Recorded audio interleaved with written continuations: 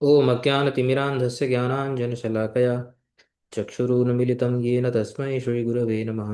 वाञ्छाकल्पतरुभ्यश्च कृपासिन्धुभ्य एव च पतितानां पावनेभ्यो वैष्णवेभ्यो नमो नमः।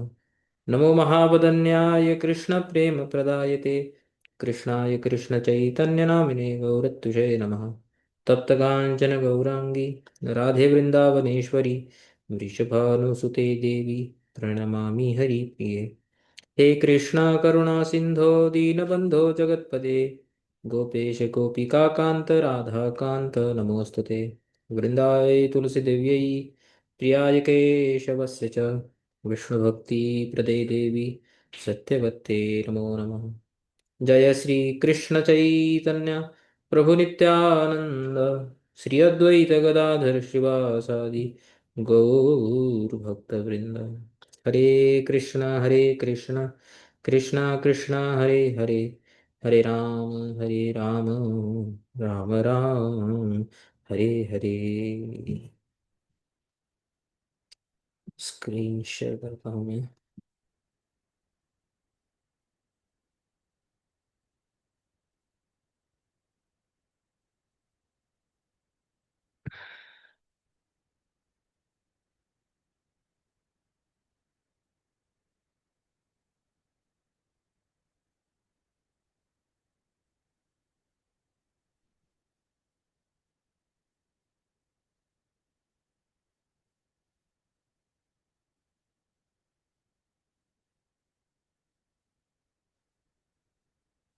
दिखाई दे रहा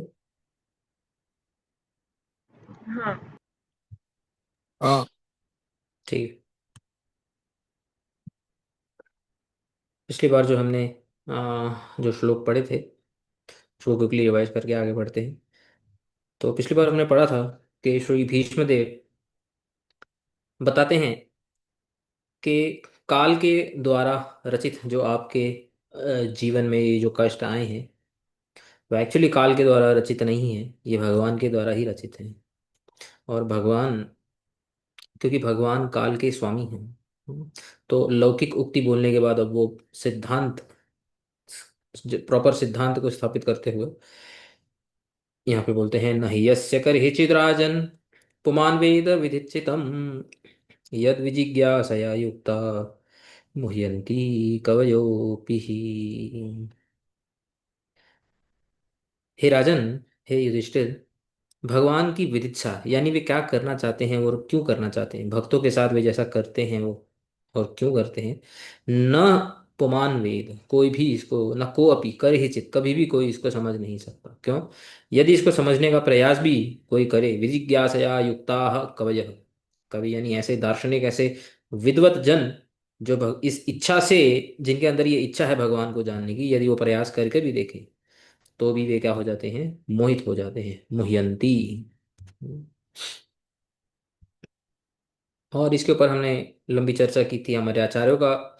मुख्य रूप से अगर एक ही सेंटेंस में यदि हम इसको जो सार, इस श्लोक का सार समझना चाहें तो भगवान श्रेष्ठ भक्तों को, महाभागवतों को कष्ट इसलिए देते हैं ताकि उनका जो भगवान में जो आवेश है वो बढ़ जाए। कष्ट आने से भगवान की जो, उनकी जो स्मृति है वो और ज़्यादा हो जाए, और कष्ट दूर होने से अ, उनका जो भगवान के प्रति प्रेम है वो और बढ़ जाए। बस भगवान का स्मरण और तीव्र हो जाए, बस यही एक कारण होता है। ऐसा हमारे आचार्यों का मत है, देयर ओपिनियन। फिर आगे क्या बोला था, तस्मादिदं दैवतंत्रम व्यवयस व्यवस्य भरतर्षभः तस्यानुहितो नाथ नाथ पाहि प्रजा प्रभो।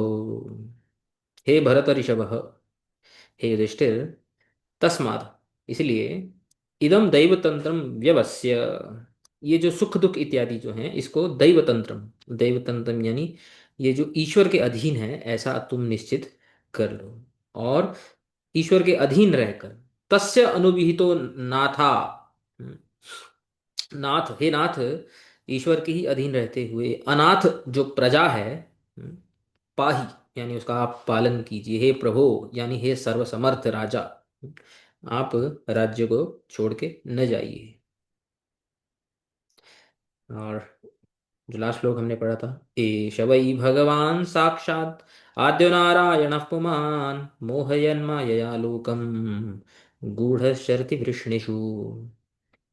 और थर्ड पर्सन में बात करते हुए डायरेक्टली बता रहे हैं कि मैं ईश्वर जो मैं बता रहा हूँ वो कौन है। एष वही भगवान साक्षात, भगवान को उंगली दिखाते हुए बोलते हैं जो श्री कृष्ण है, यही साक्षात भगवान है, यही आदि नारायण है, और यही जो है विष्णु अवतार भी इन्हीं से ही आता है। लोकम, सभी लोगों को मोहित करते हुए अपनी माया से, ये जो है गूढ़ रूप से, गुह्य भाव से जो है वृष्णीषु, यदुकुल में चरण कर रहे हैं, विचरण कर रहे हैं, यानी अवतार लेकर यहाँ पे नाना प्रकार के लीलाएं कर रहे हैं। इसकी भी हमने व्याख्या देखी थी और नाना प्रकार के अर्थ हमने देखे थे। अभी आगे बढ़ते हैं। आज बहुत इंपॉर्टेंट श्लोक हम पढ़ेंगे। जो ये जो 19वां श्लोक है, तो इसको पढ़ते हैं। फिर यहाँ पे आपको अपनी आंखें, कान, नाक, जितनी भी आपकी जो इंद्रियां हैं, मन सहित, और ध्यान से यहाँ पे सुनना पड़ेगा कि ये इंपॉर्टेंट टॉपिक भी है। अ, भले कुछ कॉम्प्लेक्स हो या जो भी हो, बट ये इंपॉर्टेंट भी बहुत है। थोड़ा सा बैकग्राउंड भी मैं बताऊंगा, तो इसलिए आप ध्यान से सुनना, और अगर कुछ समझ में नहीं आएगा तो पूछना।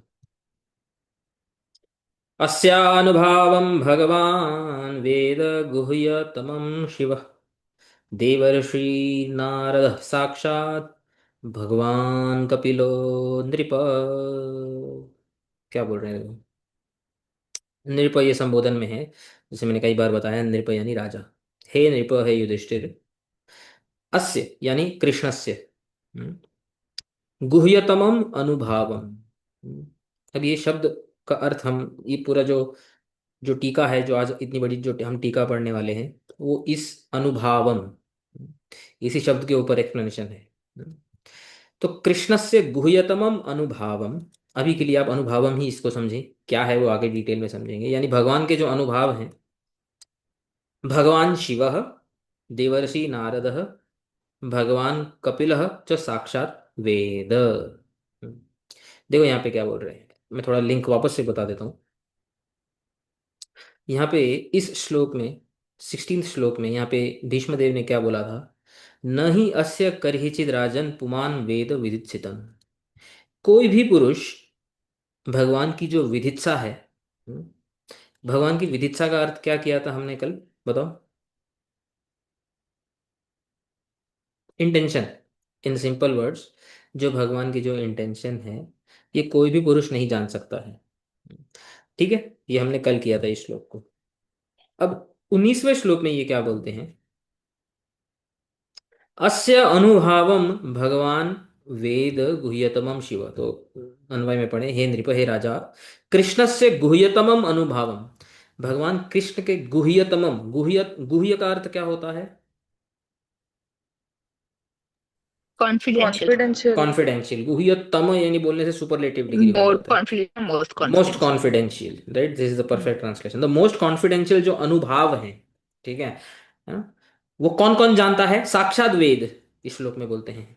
भगवान शिव जानते हैं, देवर्षि नारद जानते हैं, भगवान कपिल इत्यादि, जो ये जो महापुरुष हैं, ये भगवान के द मोस्ट कॉन्फिडेंशियल जो अनुभाव हैं, उनको जानते हैं। ठीक है। अब अनुभाव क्या होता है? ऊपर जो शब्द, जो 16वें श्लोक में हमने शब्द देखा था, वो था विदित्सितम। अब यहाँ पे शब्द आया है अनुभाव।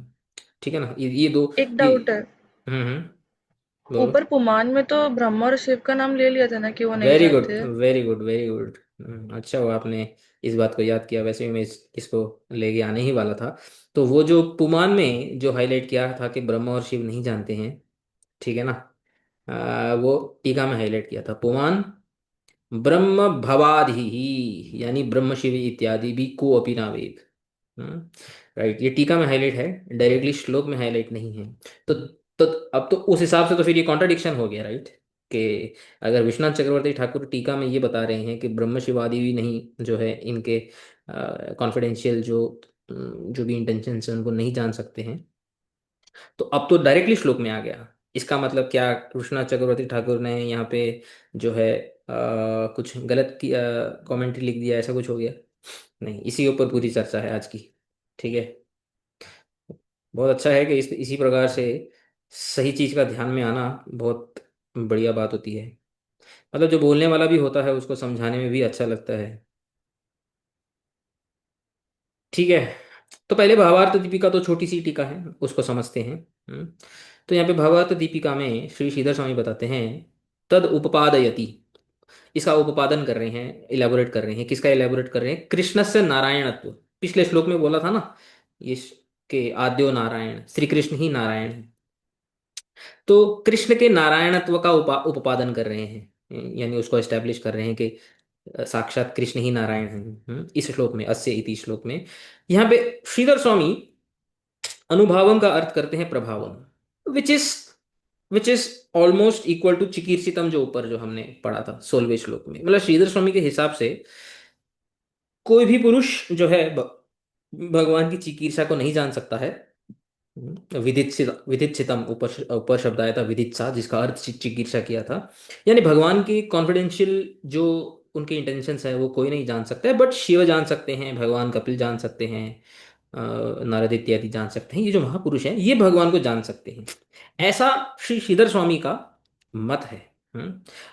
अब विश्वनाथ चक्रवर्ती ठाकुर का क्या मत है ये हमें देखना पड़ेगा, क्योंकि विश्वनाथ चक्रवर्ती ठाकुर ने, जैसे अभी अभी हमने देखा, 16वें श्लोक की टीका में बताया था कि पुमान में केवल साधारण पुरुष नहीं, इवन ब्रह्मा शिव इत्यादि, तो नारद इत्यादि की तो तो बात ही क्या, अगर शिव जी को इंक्लूड कर दिया है तो कपिल नारद ये सब ऑटोमेटिकली इंक्लूड हो जाते हैं। That is automatically assumed. तो उनकी टीका का जो कमेंट है इस श्लोक से, जो है, अगर हम भावार्थ दीपिका के अंडरस्टैंडिंग से अगर जाएं, तो फिर कुछ तो कॉन्ट्ररी है, तो इसको वो बहुत डिटेल में एक्सप्लेन करेंगे। ठीक है। तो सारार्थ दर्शिनी में श्री विश्वनाथ चक्रवर्ती ठाकुर बताते हैं, किंच अस्य अनुभाव, अनुभावम का अर्थ ही कुछ अलग करते हैं। क्या बोलते हैं ये ध्यान से देखना। भाव बोधकम चेष्टा विशेषम। ठीक है। भाव बोधकम चेष्टा विशेष। अब इसको हम समझें, इसके लिए हमें थोड़ा बैकग्राउंड समझना पड़ेगा, यहाँ पे कि क्या बोल रहे हैं। ठीक है। तो मैं पहले थोड़ा थोड़ा सा डाइवर्ट होता हूँ, एक अलग डायरेक्शन लेता हूँ, और कुछ कॉन्सेप्ट्स पहले पढ़ाता हूँ जो हमारे लिए बहुत ज़रूरी हैं। ये बहुत इंपॉर्टेंट कॉन्सेप्ट्स हैं भक्ति के। हम लोगों को कई बार कॉन्सेप्ट्स नहीं मालूम होते, तो हम लोग अपनी भक्ति को सही डायरेक्शन नहीं देख सकते। हम बहुत ज़्यादा भक्ति करते रहेंगे, बट सही डायरेक्शन अगर भक्ति को नहीं देंगे तो हम एडवांस नहीं कर पाएंगे भक्ति में। एडवांसमेंट होती क्या है पहले उसके लिए पता भी होना चाहिए कि एडवांसमेंट क्या होती है। तो भक्ति रसामृत सिंधु इत्यादि ग्रंथों से मैं कुछ कुछ डेफिनेशंस, लक्षण जो हैं, और कुछ कुछ टर्म्स को मैं यहाँ पे बताऊंगा। फिर उसके बाद हम विश्वनाथ चक्रवर्ती ठाकुर की टीका पे जाएंगे, तो then we will be able to understand कि वो क्या बोल रहे हैं।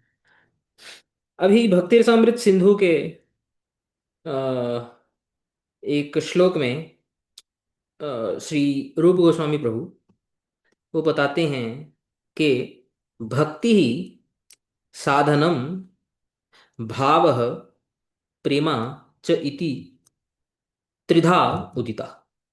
ठीक है। ध्यान से सुनना।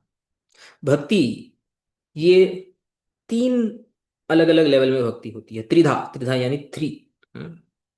भक्ति जब हम करते हैं ना, तो ये उसके जो लेवल्स होते हैं ना, ये तीन होते हैं। सबसे पहले जो भक्ति का लेवल होता है साधन भक्ति, साधनम। सेकेंड लेवल भाव। थर्ड लेवल प्रेम भक्ति। ठीक है। भक्ति रसामृत सिंधु के एक श्लोक में ये जो तीन जो लेवल्स ऑफ भक्ति है उसका क्या एक कॉमन सीक्वेंस होता है, एक जनरल जो सीक्वेंस होता है, उसको एक बहुत फेमस श्लोक में एक्सप्लेन करते हैं, और ये श्लोक लगभग आप सब लोगों ने सुना ही होगा। तो इस श्लोक में श्री रूप गोस्वामी प्रभु बोलते हैं, आदौ श्रद्धा ततः साधु संगो अथ भजन भजन क्रिया, ततो नर्थ निवृत्ति स्यात्, ततो निष्ठा रुचिस्ततः, तथा शक्तिस्ततो भावस्, तथा प्रेमाभ्युदञ्चति, साधकानाम अयम प्रेमणः प्रादुर्भाव भवेत् क्रमः। ये बहुत इंपॉर्टेंट श्लोक है। इंपॉर्टेंट क्यों है? यह इस श्लोक की कमेंट्री में, इस श्लोक की टीका में श्री विश्वनाथ चक्रवर्ती ठाकुर इस श्लोक के ऊपर टीका लिखते हैं। हालांकि इस श्लोक के ऊपर तो उन्होंने पूरा एक ग्रंथ लिखी है, माधुर्य कादम्बिनी, बट टीका में इसको जो है एक्सप्लेन करते हैं हाई लेवल पे थोड़ा सा, कि इस श्लोक के जो टर्म्स बताए गए हैं ये क्या है। बेसिकली ये जो दो श्लोक हैं, आदो श्रद्धा से लेकर प्रेम प्रादुर्भाव भवित क्रम इत्यादि तक, ये श्लोक साधक भक्ति की जो जर्नी होती है ना उसको बताते हैं।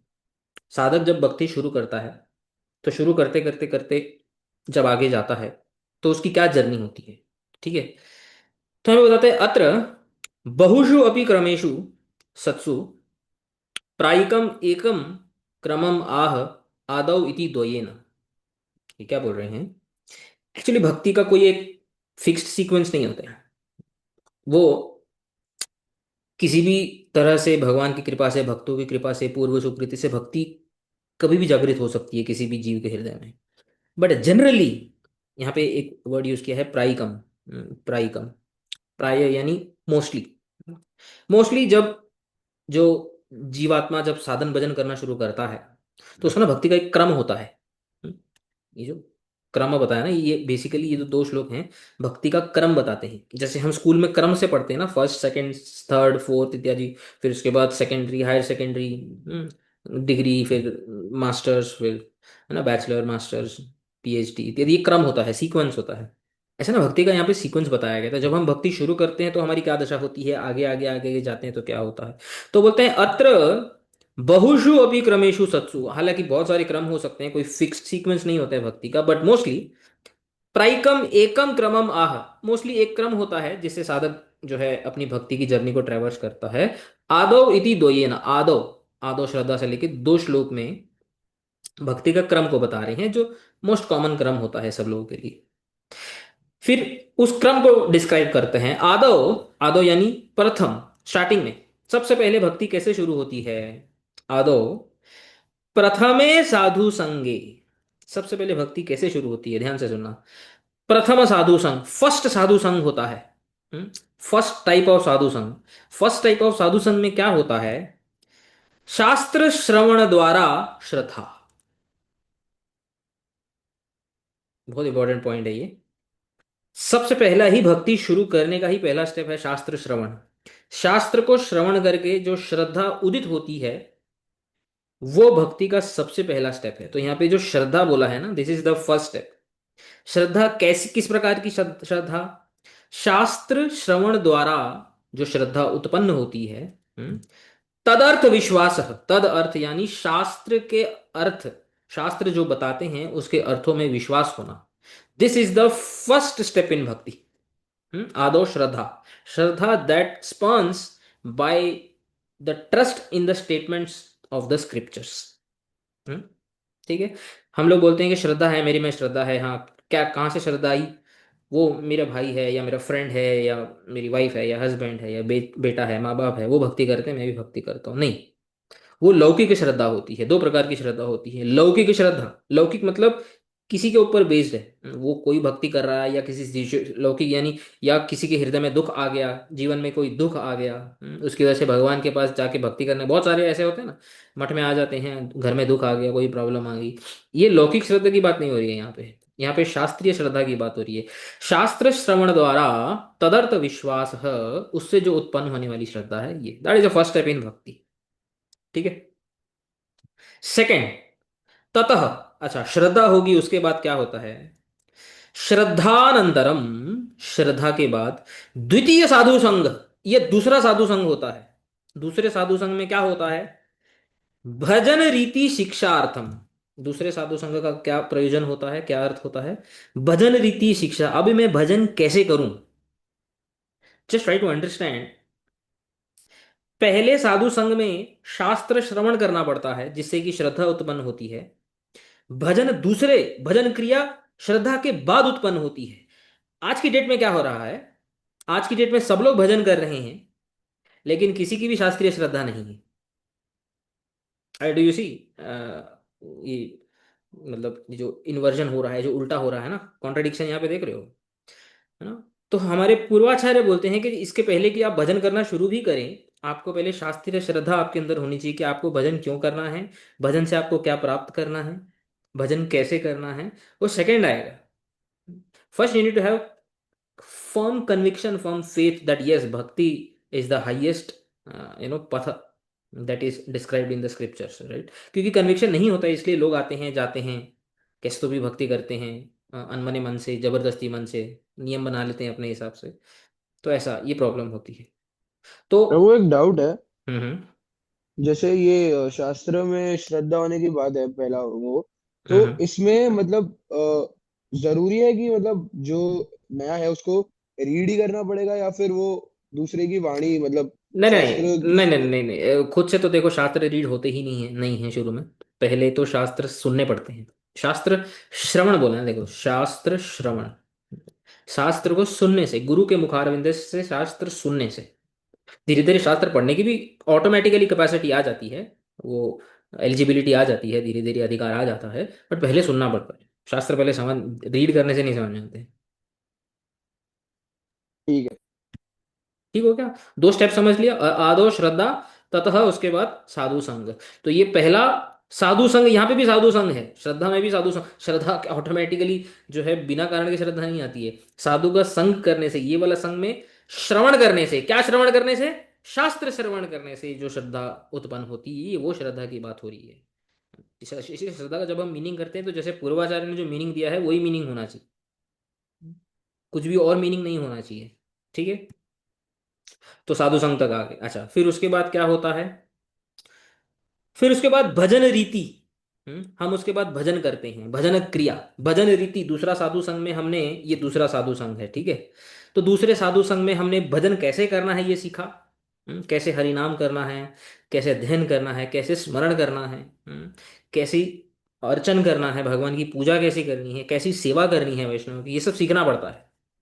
जब ये सब सीख लिया, उसके बाद भजन क्रिया, उसके बाद साधक क्या करता है, भजन की क्रिया को प्रारंभ करता है। देखो, दो लेवल के साधु संग होने के बाद भजन क्रिया प्रारंभ होती है। आजकल जमाना ऐसा है कि पहले गुरु शिष्य को इनिशिएट कर देता है, ये ले के, ये हरिनाम ले ले, बिना कुछ समझाए, बिना कुछ सिखाए, बिना कुछ गाइडेंस दिए। गाइडेंस धीरे धीरे आती रहेगी, आप भजन करना शुरू करो। This is extremely and very much discordant, मतलब ये सिंक में नहीं है जैसे शास्त्र बता रहे हैं। ठीक है ना? शास्त्र का बहुत प्रॉपर एक सीक्वेंस है। ठीक है? श्रद्धा, साधु संग, फिर वो भजन करता है। भजन करते करते क्या होता है, अनर्थ निवृत्ति स्यात्। ततः जो हमारे हृदय में जो अनर्थ होते हैं, काम क्रोध लोभ इत्यादि जो अपराध भी होते हैं, जो हमने पूर्व अपराध किए गए हैं, वो धीरे धीरे धीरे धीरे हमारे हृदय से साफ होते हैं। फोर्थ, ठीक है? ततः निष्ठा, ये फिफ्थ स्टेज क्या होती है, निष्ठा। निष्ठा का वो एक्सप्लेन करते हैं यहाँ पे। ततः हाँ, निष्ठा भजने अविक्षेपेण सातत्यम। निष्ठा भजन क्या होता है, अविक्षेप, यानी कि बिना आलस के, बिना ऑब्स्ट्रक्शन के, बिना किसी क्या बोलते हैं रुकावट के, निरंतर जो भजन होता है। जब तक हमारे अंदर जो अनर्थ होते हैं ना, तो हमारी जो भजन क्रिया होती है वो अनिष्ठिता होती है, उसमें निष्ठा नहीं होती, उसमें फिक्सेशन नहीं होती है। तो ये जो भजन क्रिया है ना, ये भी भजन ही क्रिया है, निष्ठा भी भजन क्रिया है। ये अनिश्चित भजन क्रिया है, ये निष्ठा के साथ भजन क्रिया है। यहाँ पे हमारा भजन क्रिया कभी होता है नहीं होता है, हरि नाम में होना नहीं होना, प्रॉपरली साधना करना नहीं करना, तो ये क्योंकि हमारे अंदर अनर्थ हैं, काम इत्यादि, लोभ इत्यादि हमारे अंदर भरे हुए हैं, हमारे अपराध हमारे हृदय में भरे हुए हैं और अपराध करते रहते हैं। तो इसलिए ये वाली भजन जो क्रिया होती है, इसमें निष्ठा नहीं होती है। यहाँ तक आते आते जब हमारे अनर्थ जो हैं वो हमारे हृदय से निकल जाते हैं, तो हमारे हृदय में निष्ठा उत्पन्न होती है। ठीक है ना? तो सातत्य माने निरंतर। फिर उसके बाद स्टेबिलिटी आ जाती है भजन में। ये निष्ठा का लक्षण होता है। फिर ततः रुचि, रुचि को एक्सप्लेन करते हैं। रुचि यानी अभिलाष, यानी अभिलाषा। हम्म, किसकी अभिलाषा? बताओ किसकी अभिलाषा? भगवान को पाने की। भगवान को पाने की अभिलाषा। ठीक है? बट एक डाउट है, हम्म हम्म। बिना रुचि के निष्ठा कैसे बनेगी? ये जो जितने भी स्टेजेस हैं, हालांकि ये एक सीक्वेंस में दिए गए हैं, but they are not necessarily कि एक के बाद, जैसे हम लोग स्कूल का एग्जांपल लिया था जैसे ना, फर्स्ट सेकंड थर्ड फोर्थ, इनमें ना बहुत ओवरलैप भी होता है।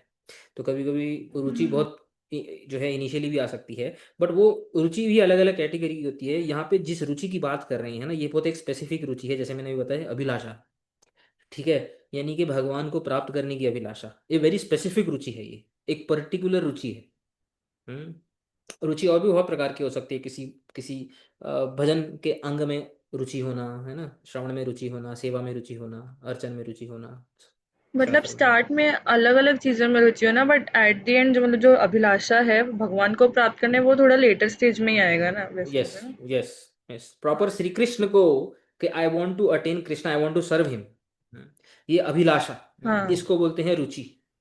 ठीक है ना, अभी तक समझा। हमारे अंदर कहाँ है, आप हम अगर अपने आप को अगर प्रॉपरली जज करना भी, आई नो, अगर करें, इट इट एटलीस्ट मेरे में तो नहीं है। तो वी कैन डेफिनेटली से, एटलीस्ट आई कैन से कि I am not at the stage. बोलते हैं रुचि अभिलाष, किंतु किंतु बुद्धि पूर्विका इयम, ये जो अभिलाषा होती है ना, बुद्धि पूर्विका मीन्स, इसमें अभिलाषा, अपने आप को याद दिलाया जाता है कि I want to attain Krishna, right.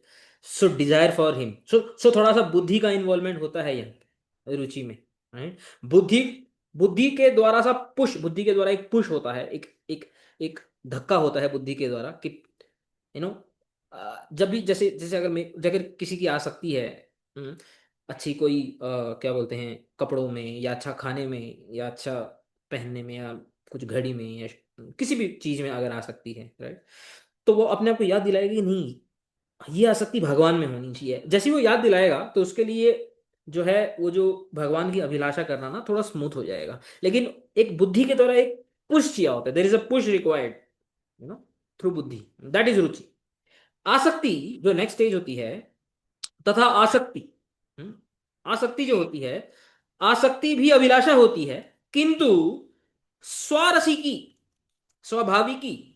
जैसे अभी हमारी संसार में जो अभिलाषा है ना, कि मुझे कुछ चाहिए, धन चाहिए, जन चाहिए, है ना, अ, कामिनी इत्यादि जो अभिलाषा, ये हमारी संसार में जो अभी अभिलाषा, ये स्वाभाविकी है, इट इज नेचुरल। हमें अपने आप को याद नहीं दिलाना पड़ता कि आज मुझे कुछ अच्छा खाना है। अपने बुद्धि से हमें अपने आप को पुश नहीं देना पड़ता है कि आज कुछ अच्छा खाना है, वो तो नेचुरली आता है, अरे आज क्या अच्छा खाएंगे, है ना, इट्स वेरी नेचुरल, राइट। उसके लिए हमें जप नहीं करना पड़ता है कि हम अपने आप को याद दिलाएं कि चलो आज कुछ अच्छा खाएंगे, आज अच्छा सोएंगे, अच्छे आराम से सोएंगे, हमें याद नहीं दिलाना पड़ता है, ये स्वाभाविकी है। आसक्ति में ऐसे स्वाभाविकी एक जो अभिलाषा होती है भगवान श्री कृष्ण को, when will I attain him. समझ में आया कि नहीं समझ में आया? समझा। समझा। हम्म? तो एतेन निष्ठा आसक्ति और भेद हो गया, इति मतलब निष्ठा, रुचि और आसक्ति, इसमें जो भेद है वो हमें इस प्रकार से हमें समझना होगा। तो श्रद्धा, साधु संग, भजन क्रिया, अनर्थ निवृत्ति, निष्ठा, रुचि और आसक्ति, श्रद्धा से लेकर आसक्ति तक ये जो सीक्वेंस होता है, ये जो क्रम होता है, इसको बोलते हैं साधन भक्ति। क्या बोलते हैं? साधन भक्ति। अभी हाँ। ऊपर मैंने बताया था ना, भक्ति 3 लेवल पे होती है, साधन, भाव, प्रेम। यहां तक साधन भक्ति होती है। इसके बाद ततः भाव, इसके बाद भाव भक्ति शुरू होती है। फिर ततः प्रेम, उसके बाद प्रेम भक्ति शुरू होती है। अभ्युदंचति साधका नाम अयम प्रेमण प्रादुर्भाव भवेत क्रम, एक साधक में प्रेम उदय होने का, प्रादुर्भाव होने का ये क्रम होता है। ठीक है ना। तो हमने साधन भक्ति को डिस्कस कर लिया, है ना, हर एक स्टेप को शॉर्ट में। इसमें कोई हाँ। डाउट? नहीं। नहीं। ठीक है। अभी भाव भक्ति और प्रेम भक्ति क्या है, वो थोड़ा समझते हैं शॉर्ट में। इसके पहले कि हम भाव भक्ति और प्रेम भक्ति को समझें, साधन भक्ति का भी डेफिनेशन देखते हैं। This is the most important definition of साधन भक्ति। आज के दिन यदि आपको एक लाइन याद करनी है ना, तो ये लाइन याद करना। क्यों? क्योंकि हम लोग कौन सी स्टेज में हैं? डेफिनेटली हम लोग भाव भक्ति में और प्रेम भक्ति में तो नहीं, मैं तो नहीं। हम लोग कौन सी स्टेज में है? साधन भक्ति में भी, वो भी अर्ली स्टेजेस में। हम साधन भक्ति कर रहे हैं। साधन भक्ति का डेफिनेशन क्या है, लक्षण क्या है उसका, और साधन भक्ति का प्रयोजन क्या है, उसका गोल क्या है, ये जब अगर नहीं मालूम होगा, हम साधन ज्यादा कर सकते हैं, लेकिन ज्यादा साधन करने से हमें रिजल्ट मिलेगा इसकी कोई गारंटी नहीं है। इसलिए ये डेफिनेशन को बड़े ध्यान से समझना, ठीक है। ये चैतन्य चरितामृत में भी कोट करते हैं कविराज गोस्वामी, ये एक ही लाइन है, इसमें दूसरी लाइन भी है, बट ये एक लाइन बहुत इंपॉर्टेंट है, तो इसलिए मैं सिर्फ एक लाइन को ही यहाँ पे शॉर्ट में एक्सप्लेन कर रहा हूँ, ठीक है। तो ये भक्ति रसामृत सिंधु में ही आती है, ये डेफिनेशन है, ठीक है। यहाँ पे रूप गोस्वामी बताते हैं, कृति साध्या भवेत साध्य भावा सा साधन अभिधा, ठीक है। इसको श्री विश्वनाथ चक्रवर्ती ठाकुर के एक्सप्लेनेशन से समझते हैं, बोलते हैं कृति साध्या, इसमें आता है कृति साध्या, इसको एक्सप्लेन करते हैं। कृति साध्या का अर्थ क्या होता है, इंद्रिय व्यापारेण साध्या, इंद्रिय व्यापारेण यानी इंद्रिय मन इत्यादि के द्वारा जो हम भक्ति करते हैं, हम भक्ति करते हैं मतलब क्या होता है, कान से श्रवण करना, मुख से कीर्तन करना, मन से स्मरण करना, हाथ पैरों से सेवा करना, है ना, अपना धन देना, जो जितने भी प्रकार के भक्ति के अंग होते हैं उसको बोलते हैं साध्य। कृति साध्य यानी कि कृति यानी जो हम करते हैं बेसिकली अपने इंद्रियों के द्वारा, अपने मन के द्वारा जो हम साधना करते हैं, इंद्रिय व्यापार के द्वारा जो भी हम करते हैं, चेत सा भक्ति साधन अभिधा भवती, उसको साधन अभिधा बोलते हैं। अभिधा का मतलब बोला जाता है, इसको साधन बोला जाता है, ठीक है, जो हम कर रहे हैं एट द प्रेजेंट मोमेंट। उसका गोल क्या है, साध्य क्या है, साध्य भावा, साधन भक्ति का साध्य यानी साधन भक्ति जो हम कर रहे हैं, what are we trying to attain, if you don't know what you are trying to attain, it is next to impossible that you will do it in the right way। इसलिए ये जो दो शब्द है ना, साध्य भावा, ये पूरी डेफिनेशन में ये सबसे ज्यादा दो शब्द इंपॉर्टेंट है। बोलते हैं साध्य भावा साध्यो भावो यया सा भाव जनिका इति अर्थः, वो साधन भक्ति जिसके द्वारा भाव भक्ति का जन्म होता है यानी उदय होती है, उसी को ही साधन भक्ति बोली जा सकती है। यानी अगर पूरे डेफिनेशन को अगर हम अभी समझें, इंद्रियों और मन के द्वारा की गई जो साधन भक्ति होती है, जो साध्य, जिसका जो साध्य है, जिसका जो प्रयोजन है वो भाव भक्ति है। ध्यान देना, साध्य भावा, अगर इसका मतलब यह है कि मेरे साधन भक्ति से भाव भक्ति उदय नहीं हो रही है, यदि मैं भाव की स्टेज तक नहीं जा पा रहा हूं, मैं जितना मर्जी साधन कर लूं, मैं रॉन्ग डायरेक्शन में हूं। The only and only goal of sadhana bhakti is to attain bhav bhakti. That is the essence. इस डेफिनेशन का समझ में आ गया, ये डेफिनेशन? हाँ हाँ कोई डाउट नहीं? नहीं नहीं ठीक है, ये साधन भक्ति का डेफिनेशन है ना। साधन भक्ति के स्टेजेस हमने देखे। साधन भक्ति हम क्यों करते हैं, एक ही रीजन है, ताकि हम भाव भक्ति तक पहुंच सकें। And we have to know this, it is मतलब this is the most important thing in our bhakti. अब देखते हैं भाव भक्ति क्या है। अब भाव भक्ति तक पहुंचना है तो भाव भक्ति क्या है ये मालूम होना चाहिए ना हम लोगों को, ठीक है। तो यहां पे क्या बोलते हैं, भाव भक्ति शुद्ध सत्व विशेषात्मा प्रेम सूर्यांशु साम्य भाग रुचि भी चित्त माश्रण्य कृत असौ भाव उच्यते। ये भक्ति रसामृत सिंधु में भाव भक्ति का डेफिनेशन, ठीक है। अभी इसमें तीन चीजें बताई गई हैं, शुद्ध सत्व विशेषात्मा, प्रेम सूर्यांशु साम्य भाग, रुचि भी चित्त मासृण्य कृद, जिसमें ये तीन लक्षण होते हैं, ये तीन कैरेक्टरिस्टिक्स होते हैं, असौ भाव उच्यते, उसको भाव भक्ति बोला जाता है। इसमें से पहला वाला जो है ना, ये थोड़ा टेक्निकल है, शुद्ध सत्व विशेषात्मा, मैं इसको एक्सप्लेन नहीं करूंगा, ठीक है, just to not divert so much from the topic, ठीक है। बाकी के जो दो हैं वो थोड़े समझने में आसान है, तो उन दो लक्षणों को हम समझते हैं और समझते हैं कि भाव किसको बोलते हैं। मैं अभी यहाँ पे एक पॉइंट बेस ले आ रहा हूँ, मैं आपको फिर से बता देता हूँ। यहाँ पे विश्वनाथ चक्रवर्ती ठाकुर ने अनुभावन को क्या क्या कैसे डिफाइन किया, भाव बोधकम चेष्टा। तो उसके लिए हमें भाव क्या होता है ये मालूम होना चाहिए। हम बहुत बार बोलते हैं कि प्रभु जी आपके भाव बहुत अच्छे हैं, ये बहुत अच्छे हैं, लेकिन टेक्निकली भाव का एक डेफिनेशन है, ठीक है ना। तो हम अपनी लौकिक भाषा में जो भी भाव वगैरह जितना भी बोल लें, बट जो हमारे आचार्यों ने जो भाव का डेफिनेशन जो दिया हुआ है, यहाँ पे टीका में उसी भाव की बात हो रही है, तो we have to know that first. ठीक है, तो भाव भक्ति किसको बोलते हैं? सबसे पहले तो भाव भक्ति वो है जो साधन भक्ति से प्राप्त करने योग्य है। ठीक है ना? श्रद्धा से शुरू होने पर हमें भाव भक्ति तक जाना है, ये हमें मालूम होना चाहिए, we have to know this. ठीक है। तो इसमें जैसे मैंने बताया कि पहले ये समझते हैं रुचि भी चित्त मात्सरण्यकृत। अच्छा, रुचि, ऊपर एक रुचि स्टेज आई थी, रुचि, ऊपर के साधन भक्ति में हाँ, रुचि का वहां पे क्या क्या डेफिनेशन बताया था ऊपर, याद है किसी को? अभिलाषा। अभिलाषा। भगवान की प्राप्त करने की अभिलाषा। यहाँ पे सेम बोल रहे हैं, रुचि का जो पहले बताया था वही बता रहे हैं। प्राप्ति अभिलाषा। रुचि क्या होता है? रुचि को वो तीन चीजें यहाँ पे बोलते हैं, रुचि को और डिटेल में एक्सप्लेन करते हैं। ठीक है ना?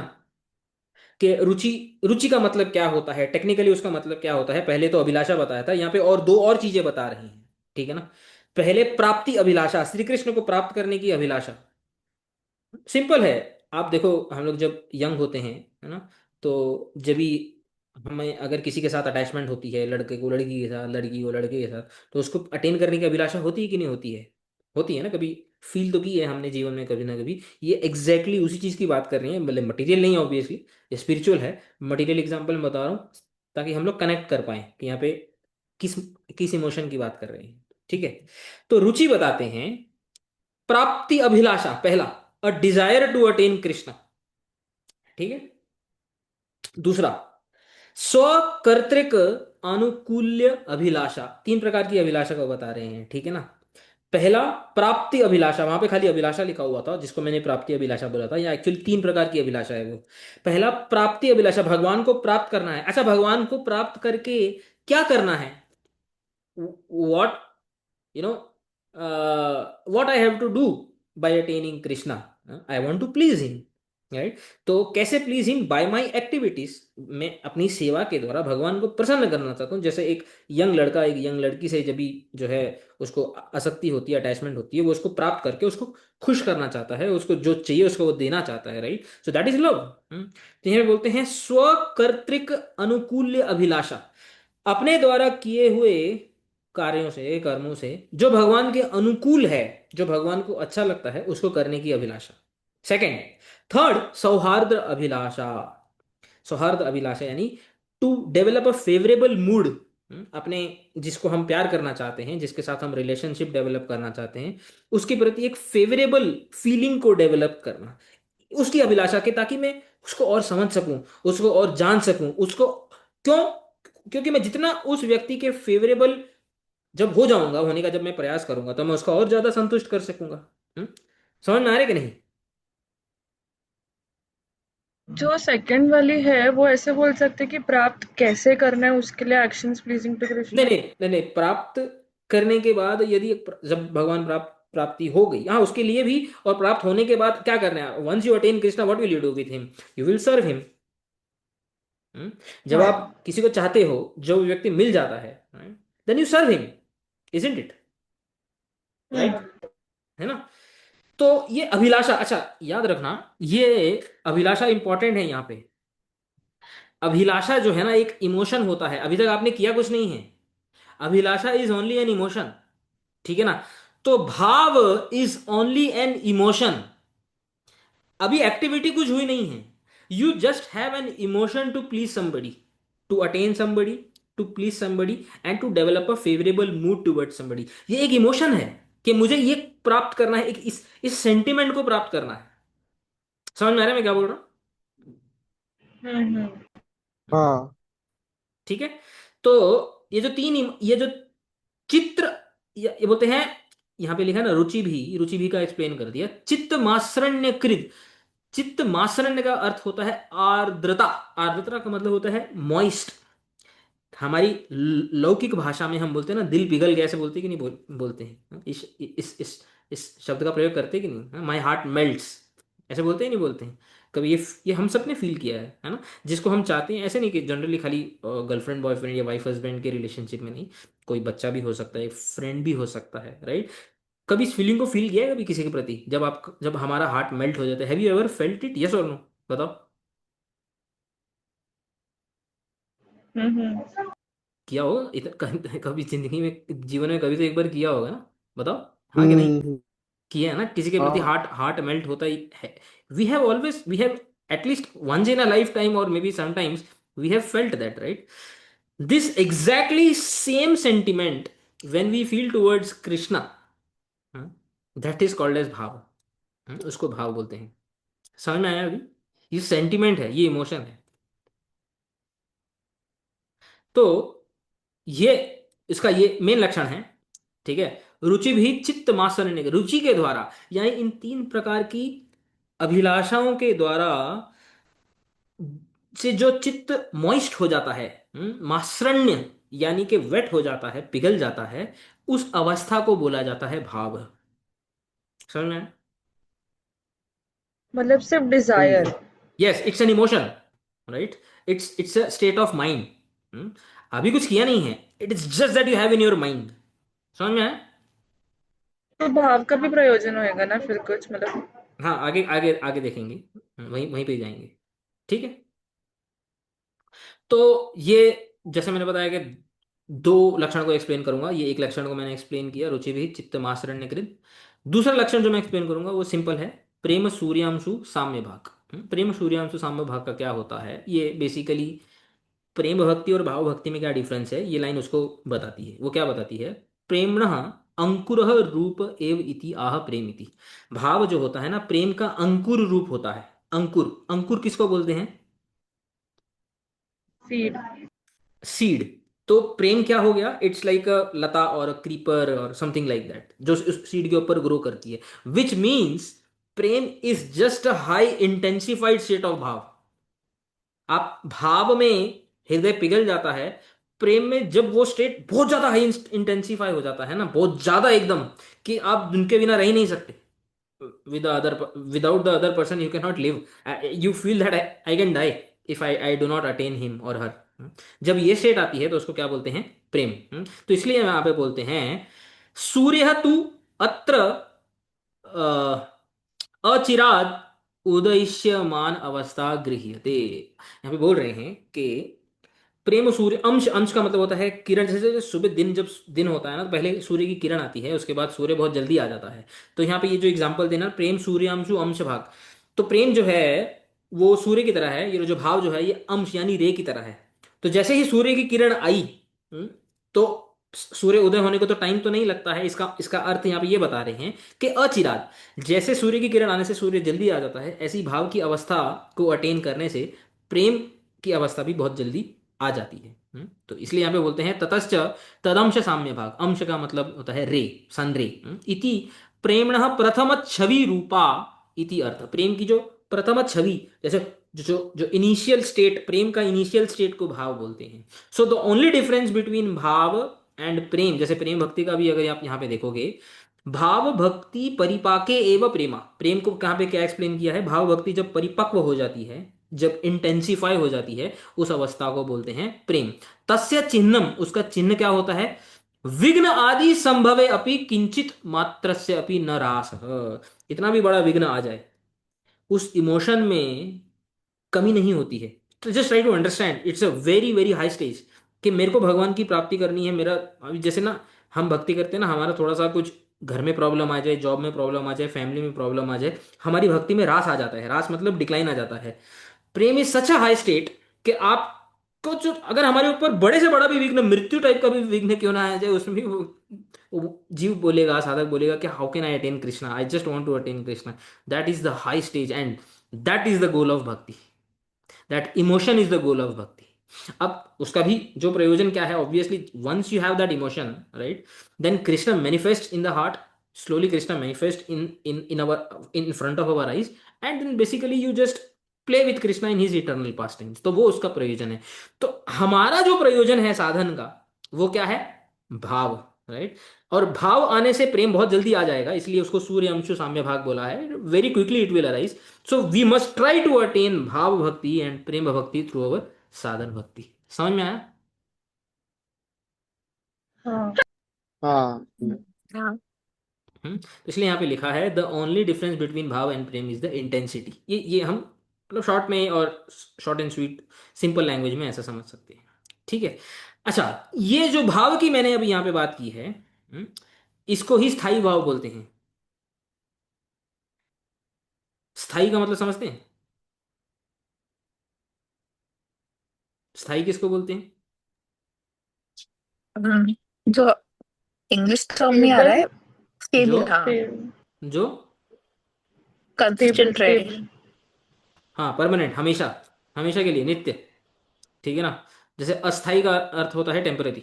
स्थाई मीन्स हमेशा हमेशा रहने वाला, और हमेशा मतलब सिर्फ एक जीवन में नहीं, it just it becomes the लक्षण ऑफ अवर सेल्फ। ये हमारे सेल्फ का कैरेक्टरिस्टिक्स बन जाता है।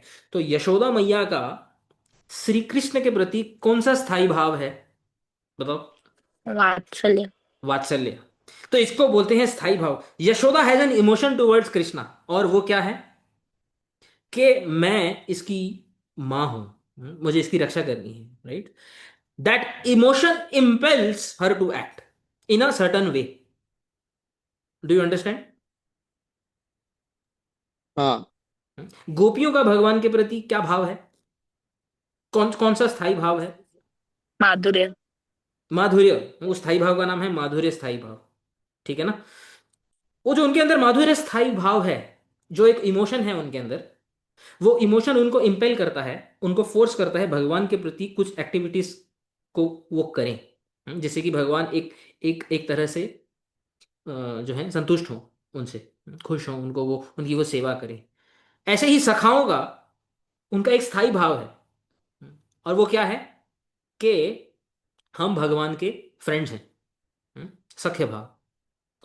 और वो सख्य जो भाव है उनका, जो इमोशन है उनका, वो उनको इंपेल करता है to act in a certain way. अब यहां पे मैं इसलिए एग्जांपल दे रहा हूं कि हर एक इमोशन जो होता है ना, हर एक स्थायी भाव व्यक्ति को अलग अलग प्रकार से एक्ट करने के लिए प्रेरित करता है ना। अगर अगर किसी का वात्सल्य का स्थायी भाव है तो उसके एक्शंस अलग होंगे, उसके भाव के अकॉर्डिंगली होंगे ना, होंगे कि नहीं होंगे? हाँ। हम्म? हम्म, तो जिसका माधुर्य भाव है या दास्य भाव है या सख्य भाव है, जो भी भाव है, तो उनके जो भगवान को संतुष्ट करने के जो एक्शंस होंगे, उनकी जो क्रियाएं होंगी, वो उनके भाव से रिलेटेड होंगे, इजंट इट? हाँ, मतलब सबका भगवान के प्रति अलग भाव है। हाँ, अलग भाव है, और उसकी वजह से वो जो भगवान की जिस प्रकार से वो सेवा करते हैं वो हाँ। भी अलग है, राइट? और वो उनकी हाँ। सेवा करने का जो जो मेथडोलॉजी है, जो उनका जो तरीका है सेवा करने का, वो इंस्पायर कहाँ से होता है? भाव से ही होता है ना उनके। You understand? तो भगवान भी वैसे ही भाव को लेके फिर उनको रेसिप्रोकेट करते हैं ना। यस, एग्जैक्टली, ये मैंने नीचे लिखा है कि कृष्ण का भी एक भाव होता है, बट कृष्ण का स्थायी भाव होता है भक्त के पर्सपेक्टिव से। कृष्ण के अंदर तो सारे भाव हैं, हम्म, वो रेसिप्रोकेट करते हैं अकॉर्डिंग टू द पर्टिकुलर स्थाई भाव ऑफ अ डिवोटी। डिवोटी के अंदर एक ही स्थाई भाव होता है, भक्त के अंदर। लेकिन श्री कृष्ण के अंदर सारे सारे स्थाई भाव होते हैं, सब प्रकार के भाव होते हैं, क्योंकि उनको सबके साथ रेसिप्रोकेट करना है ना। तो कृष्ण ऑल्सो हैज अ भाव, बट इट इज स्थाई only with respect to a particular devotee. तो अगर जो यशोदा है, उनके प्रति श्री कृष्ण का एक स्थाई भाव है बच्चा होने का, यशोदा का मैया होने का है, श्री कृष्ण का क्या है? पुत्र होने का। ऐसे ही गोपियों के साथ है उनका माधुर्य स्थाई भाव, सखाओं के साथ उनका सख्य भाव, है ना? और वो भी, उनमें भी अलग अलग वैरायटी होती है, हर एक इंडिविजुअल के साथ उनका भाव में जो, अगर हम सटल्टीज देखेंगे तो अलग होते हैं, but not going into that level. अगर हम हाई लेवल पे ही देखें तो श्री कृष्ण का भी भाव होता है। इसलिए गीता में भगवान बोलते हैं ना, ये यथा माम प्रपद्यन्ते ताम सदैव भजाम्य हम, तो जैसे मेरे को शरणागत होता है मैं वैसे उसको रिसिप्रोकेट करता हूँ। समझ में आ गया? तो स्थाई भाव भक्त में भी होता है, और उस भक्त के साथ रेसिप्रोकेशन करने के लिए श्री कृष्ण के पास भी ऐसा ही रेसिप्रोकल स्थाई भाव होता है, I mean with respect to that devotee. इतना समझ में आया कि नहीं समझ में आया? समझा। समझा। हम्म। ठीक पांच है। भाव लिखे ना प्रभु जी आपने, तो पांचवा कौन सा होगा?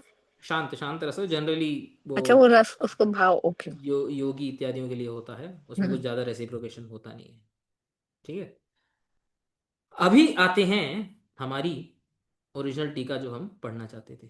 ठीक है, विश्वनाथ चतुर्थ ठाकुर। मैं बताया ना, ये अनुभावों को एक्सप्लेन करेंगे। अच्छा, अभी भाव क्या है अभी आपको समझ में आया? व्हाट इज भाव इन सिंपल लैंग्वेज? भाव क्या होता है? Emotion, emotion, desire. Right? It is an emotion, remember. ठीक है ना? We are here to attain that emotion towards Krishna, remember. ठीक है ना? हम एक ही चीज को प्राप्त करने के लिए यहाँ पे हैं, and that is that emotion. Okay. अब ये बताते हैं कि अनुभाव क्या होता है। अनुभाव, इसमें एक प्रीफिक्स लगा हुआ है, अनुभाव। अनुभाव इज अ डिफरेंट वर्ड, भाव इज अ डिफरेंट वर्ड। ठीक है। यहाँ पे बताते हैं किंच, अब इसको पढ़ो। अनुभावम अस्य अनुभावम, यानी कृष्ण से अनुभावम। अनुभावम का अर्थ बताते हैं भावबोधकम चेष्टा विशेषम। भाव को जताने वाली जो चेष्टा होती है, यहां पे चेष्टा शब्द आया है। Now it is no more a sentiment, it is an act, a चेष्टा that expresses the mood. Sentiment basically means mood, ठीक है ना। That expresses the mood one has towards Krishna. Now this is an action. अनुभाव मतलब क्या होता है? Action. Okay. कौन सा एक्शन?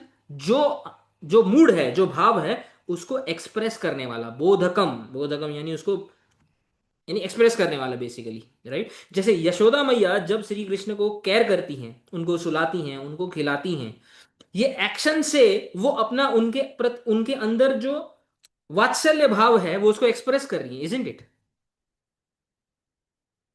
हाँ। तो यशोदा मैया का श्री कृष्ण को खिलाना, उनको माखन देना, उनको सुलाना, उनको लोरी सुनाना, है ना, उनको प्रोटेक्ट करना, इसको बोलते हैं अनुभाव। क्या बोलते हैं? अनुभव। अनुभव। हम्म। अनुभाव। ठीक है।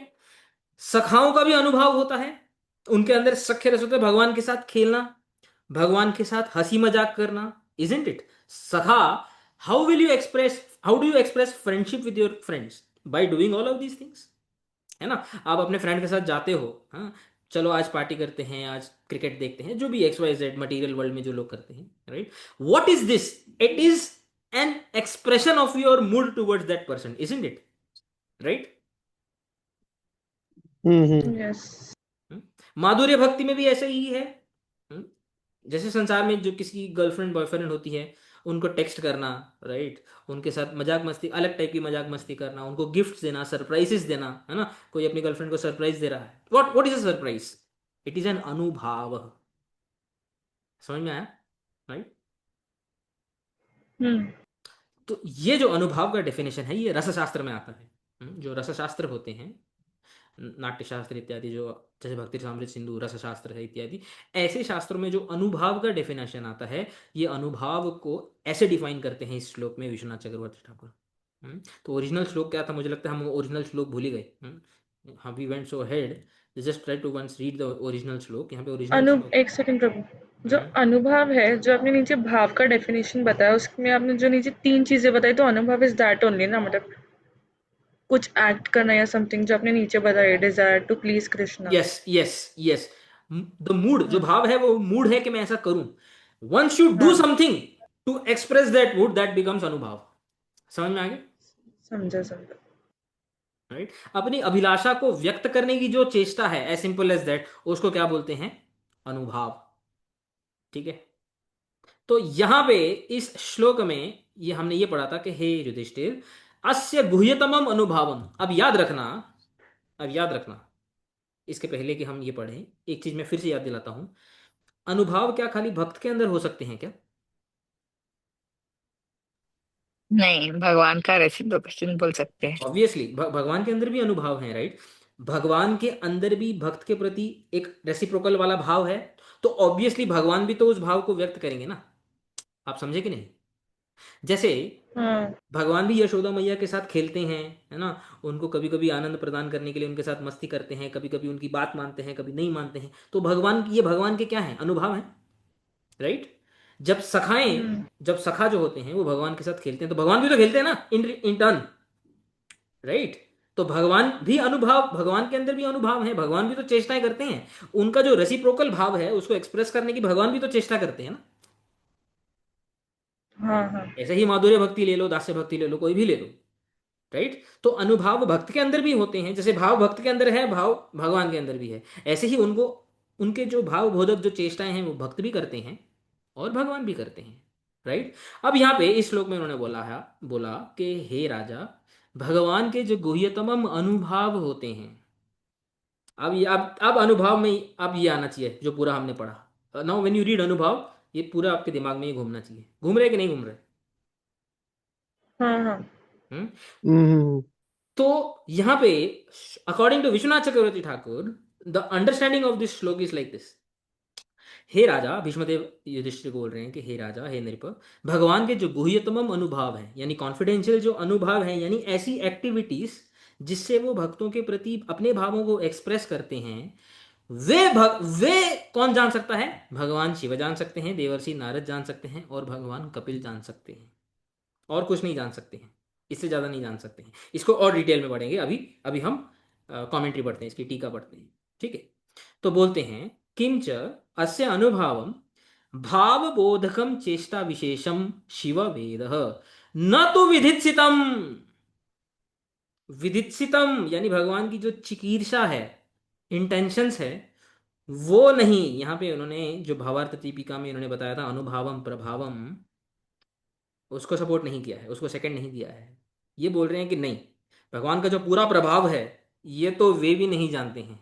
वे क्या जानते हैं? भगवान के अनुभावों को जानते हैं, यानी भगवान जो एक्सप्रेस कर रहे हैं, उसके पीछे भगवान का क्या मूड है, इसको वो जानते हैं। अब इसको डिटेल में समझेंगे तभी आपको ये समझ में आएगा कि यहाँ पे जो अनुभाव और विदित्सा को वो कैसे डिफरेंशिएट कर रहे हैं। मे बी अभी अभी अभी हमारे दिमाग में पूरी तरह इसका क्लैरिटी नहीं है शायद, राइट, बट अभी आएगा जब भी हम पढ़ेंगे। ठीक है, न तो विदित्सितम स्वरूपम प्रभावम, इसको बोला ना विदित्सितम प्रभावम, दोनों को एक करके यहाँ पे बोला है। वह इति अर्थ, मतलब प्रभाव और विदित्सा जो भगवान की है वो नहीं जानते हैं। He does not agree with Shri Sridhar Swamipad. ठीक है, आगे वो एक्सप्लेन करते हैं। तथा ही रसशास्त्रज्ञ, जो रसशास्त्रज्ञ है, जो रसशास्त्र को जानता है, ठीक है, ऐसा व्यक्ति जो रसशास्त्र को जानता है उसको बोलते हैं रसिक। क्या बोलते हैं? रसिक। ये शब्द सुना है कभी आपने? रसिक। तो ये जो रसिक शब्द होता है ये उसके उनके लिए प्रयोग होता है, ऐसी पर्सनालिटीज के लिए प्रयोग होता है जो रसशास्त्र में एक्सपर्ट होता है। समझ में आया? हम्म? तो हम ये वर्ड भी हम आज देखो, आज की डेट में बहुत ही लूजली यूज होता है। प्रभु जी आप तो बहुत रसिक भक्त हो, आपके अंदर तो बहुत भगवान के प्रति जो है रस है, या ये है वो है, बहुत लूजली हम लोग यूज करते हैं, बट इनके बहुत ही स्ट्रिक्ट डेफिनेशंस आते हैं शास्त्र में। ठीक है, तो यहाँ पे बताते हैं रसशास्त्रज्ञ प्रथमम अनुभावम वेद। अनुभावम नाना प्रकार के होते हैं, जैसे ना कुछ कुछ सात्विक भाव होते हैं ना, वे भी अनुभव का काम करते हैं, जैसे स्तंभ स्वेद रोमांच आदिकम। तो जो रसशास्त्रज्ञ होता है ना, वो किसी के भाव को जानने के पहले ना वो उसका अनुभव जानता है। मतलब जो रस, जैसे स्वेद कंप इत्यादि, मतलब पसीना आ जाना, कंपन हो जाना, रोमांच हो जाना, हेयर स्टैंडिंग ऑन एंड, है ना, जैसे जिसको बोलते हैं इत्यादि। जब वो अनुभवों को देखता है, तेन च, अनुभवों को जानने से स्थाई भावम, वो स्थाई भाव को जानता है। इसका मैं सिंपल एग्जांपल देता हूँ। जैसे भगवान जब भी सखाओं के साथ अनुभाव, यानी सखाओं के साथ जब डील करते हैं, तो हम उन अनुभवों को देख के गैस, ऑब्वियसली रसशास्त्र के जो होता है वो गैस कर सकता है कि भगवान का इस भक्त के प्रति कौन सा भाव है। सख्य भाव है, सख्य रस है। तो अनुभाव से हम भाव को डिराइव कर सकते हैं। That is what he is saying, Shri Vishwanath Chakravarti Thakur is saying कि अनुभव से हम जो स्थायी भाव है, हम मतलब जो रसशास्त्रज्ञ होते हैं, वो डिराइव कर सकते हैं। समझ में आया? हम्म? मतलब जो शिवजी लोग हैं वो सिर्फ इतना डिराइव कर सकते हैं कि भगवान कौन से टाइप का भाव उनके लिए प्रकट कर रहे हैं। यस, इसको आगे पढ़ेंगे तो और ज्यादा क्लियर होगा। ठीक है, तो बोलते हैं अनुभावस्य वैशिष्ट्य तारतम्य तारतम्याभ्याम स्थाई भावस्य अपि वैशिष्ट्य तारतम्य। बोलते हैं ये वही बोल रहे जो हमने डिस्कस किया है, इसलिए हमने जो डिस्कस किया है अभी अभी इजी लगेगा आपको समझ। बोलते हैं नाना प्रकार के जो अनुभाव होते हैं वो भाव के ऊपर डिपेंड होते हैं।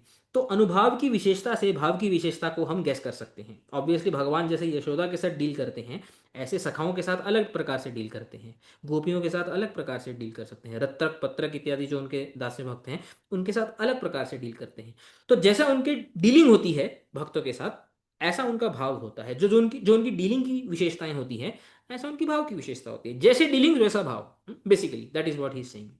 ठीक है, तो फिर वो क्या बोलते हैं, अब ये एक स्पेशल अनुभव की बात कर रहे हैं इस श्लोक में, बहुत ही ज्यादा स्पेशल अनुभव की बात कर रहे हैं। बहुत सारे अनुभव होते हैं लेकिन एक स्पेशल अनुभव की इस श्लोक में बात कर रहे हैं, अभी उसको हाईलाइट करते हैं। ठीक है, तथैव यशोदा आदि गोपीषु अस्य यानी कृष्णस्य दामबंधन आदि रूपम। जैसे यशोदा आदि जो गोपियां हैं, जो वात्सल्यवती गोपियां हैं, वो भगवान का दाम बंधन करती हैं, भगवान को बांध देती हैं। और भगवान क्या हो जाते हैं, उनके उनसे जो है अट्रैक्ट हो जाते हैं ना, उनके उनके प्रेम से, उनके उनके भाव से बंध जाते हैं। रस्सी से भगवान नहीं बनते हैं, बेसिकली उनके वश में आ जाते हैं बेसिकली भगवान, राइट। यशोदा के भी वश में आते हैं, और केवल यशोदा के नहीं, और एग्जाम्पल देते हैं। अर्जुन, युधिष्ठिर, उग्रसेन आदि सारथ्य दास्य आदि रूपम च पारवश्यम अनुभावम वेद। वो क्या बोल रहे हैं देखो, अर्जुन के भगवान सारथी बनते हैं कि नहीं, बताओ, हाँ कि ना। हाँ हाँ। युधिष्ठिर जो महाराज राजा हैं हस्तिनापुर में, और उग्रसेन जो जो द्वारका में जो राजा हैं, मथुरा में जो राजा हैं, उनके भगवान सेवक हैं। हस्तिनापुर में है तो जो युधिष्ठिर के हिस्सा अंडर चलते हैं। और उग्रसेन आदि के अंडर, वो द्वारका मथुरा में जब होते हैं तो उनके अंडर चलते हैं। तो इसमें भी भगवान उनके वश में है कि नहीं, अर्जुन के वश में है, उनका सारथी बने हुए हैं, उनका दूत बने हुए हैं, ये सब बने हुए हैं, है कि नहीं। युधिष्ठिर के वश में है, युधिष्ठिर कंट्रोल कर रहे हैं राजा बन के उनको, उग्रसेन कंट्रोल कर रहे हैं राजा बन के उनको, तो यशोदा भी उनको कंट्रोल कर रही है, यानी यशोदा के कंट्रोल में है। तो यहाँ पे एक स्पेशल अनुभव है कंट्रोल में होना भक्त के। ये कॉमन है ना, ये सब में, ये सब जो एग्जाम्पल यहाँ पे दे रहे हैं, इन सब एग्जाम्पल्स में कौन सी चीज कॉमन है, भगवान का भक्त के कंट्रोल में होना। समझ में आया। हम्म? तो हाँ बोलते हैं ऐसे अनुभवों से, ऐसे भगवान की डीलिंग से जो रसशास्त्रज्ञ है, पारवश्यम यानी अधीनत्वम अनुभवम वेद, वो जान जाता है कि भगवान का ये जो अनुभव है एक स्पेशल टाइप का अनुभव है, यानी पारवश्यम यानी सामने वाले के वश में हो जाना, हम्म? अधीन हो जाना। स्वयं भगवान होते हुए भी भक्तों के अधीन हो जाते हैं, ये वो समझ जाता है देख के, ये तो देख के देख तो दिख ही रहा है। तेन च, उससे जब वो ये समझ जाता है, तेन च अस्य सर्वेश्वरस्य सर्वनियंतुः महास्वतंत्र अस्य अपि वशीकारकः को अपि पदार्थ विशेषः तत्र तत्र वर्तमानः अस्य अपि चित्तम अभीक्षणम विद्रुति कुर्वन् अध्यास्ते इति अनुमीमिते।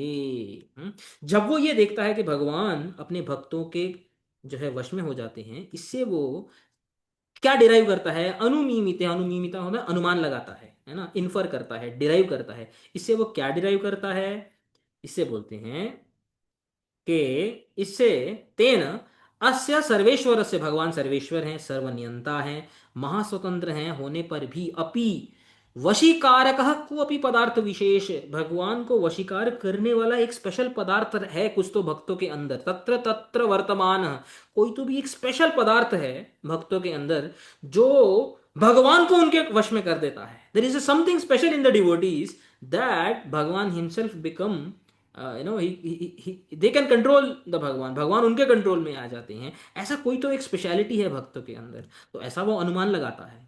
जिससे कि दोनों कृष्ण से अपि चित्तम अभीक्षणम विद्रुति कुर्वन, विद्रुति कुर्वन वही है जो हमने मासरण्यकृत जो पर पढ़ा था ना भाव भक्ति के डेफिनेशन में, यानी भगवान के हार्ट को इतना पिघाल देता है, ऐसा ये जो पदार्थ है, ये एक सब्सटेंस है कुछ तो, जो भगवान के हृदय को इतना पिघाल देता है कि भगवान भक्तों के वश में हो जाते हैं। देर इज समथिंग स्पेशल, विशेष है कुछ तो। सच पदार्थ विशेष, वो पदार्थ विशेष क्या है, नाना विशेषवान, मतलब वो filled with excellence. Nana विशेषवान means बहुत ही वैरायटी है उसके अंदर, जैसे यशोदा मैया के केस में अलग वैरायटी है, अर्जुन के केस में अलग वैरायटी है, युधिष्ठिर के केस में अलग वैरायटी है। तो वो क्या करता है पदार्थ, स्व विषय आश्रयो हो, स्व विषय आश्रयो, विषय का अर्थ होता है ऑब्जेक्ट ऑफ लव, और आश्रय का अर्थ होता है abode of love. Simple language में, मैं यदि भगवान को प्यार कर रहा हूं तो मैं प्रेम जो है, मैं आश्रय हूं, और भगवान विषय हूं। भगवान जब भक्तों को प्रेम करते हैं तो भगवान आश्रय बन जाते हैं, तो भक्त विषय बन जाते हैं, राइट।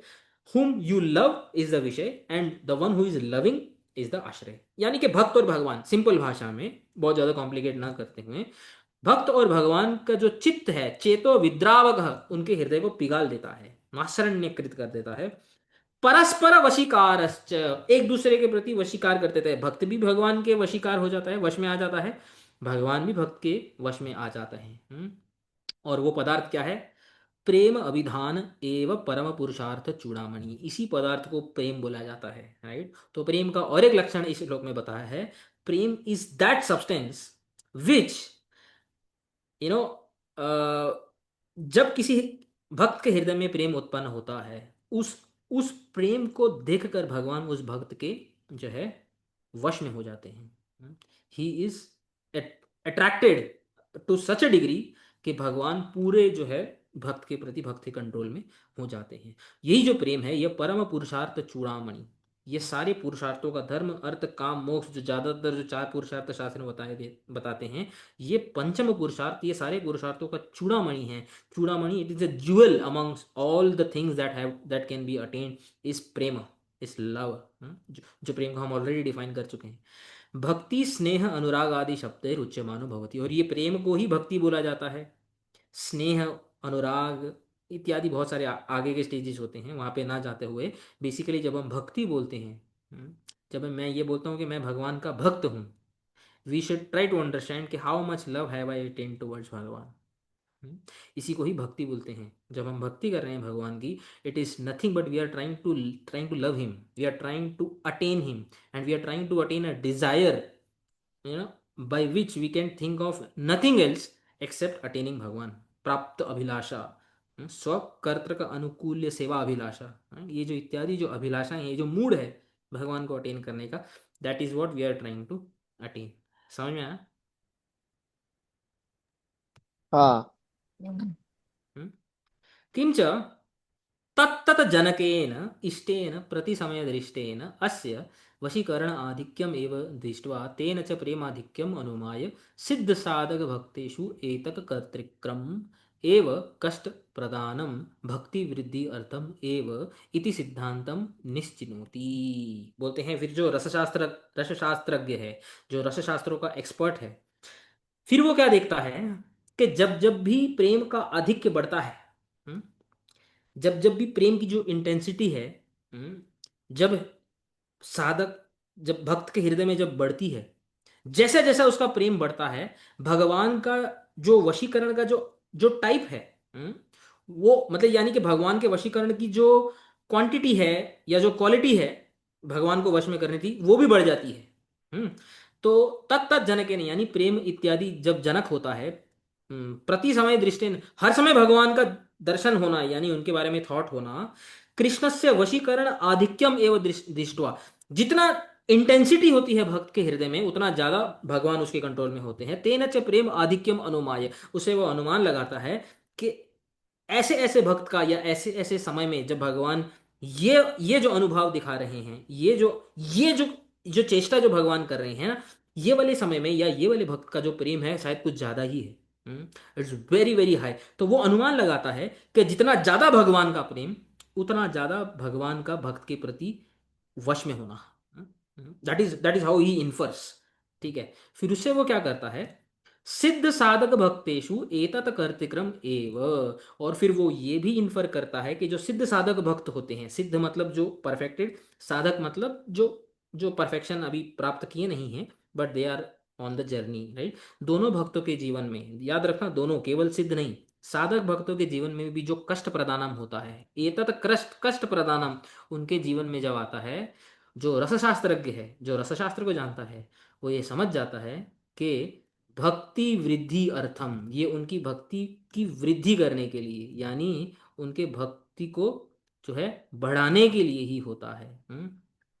इति सिद्धांतम निश्चिनोति, ऐसा सिद्धांत वो निश्चय करता है। This is how he understands, और ये यही चीज है निश्चिनोति, जो शिव एवं नारद एवं कपिल एवं इति, जो शिव नारद कपिल इत्यादि पर्सनालिटीज की जो बात की है वो ये समझ जाते हैं। अभी अभी और आएगा आगे, समझ आपको और बताएंगे तब समझ में आएगा।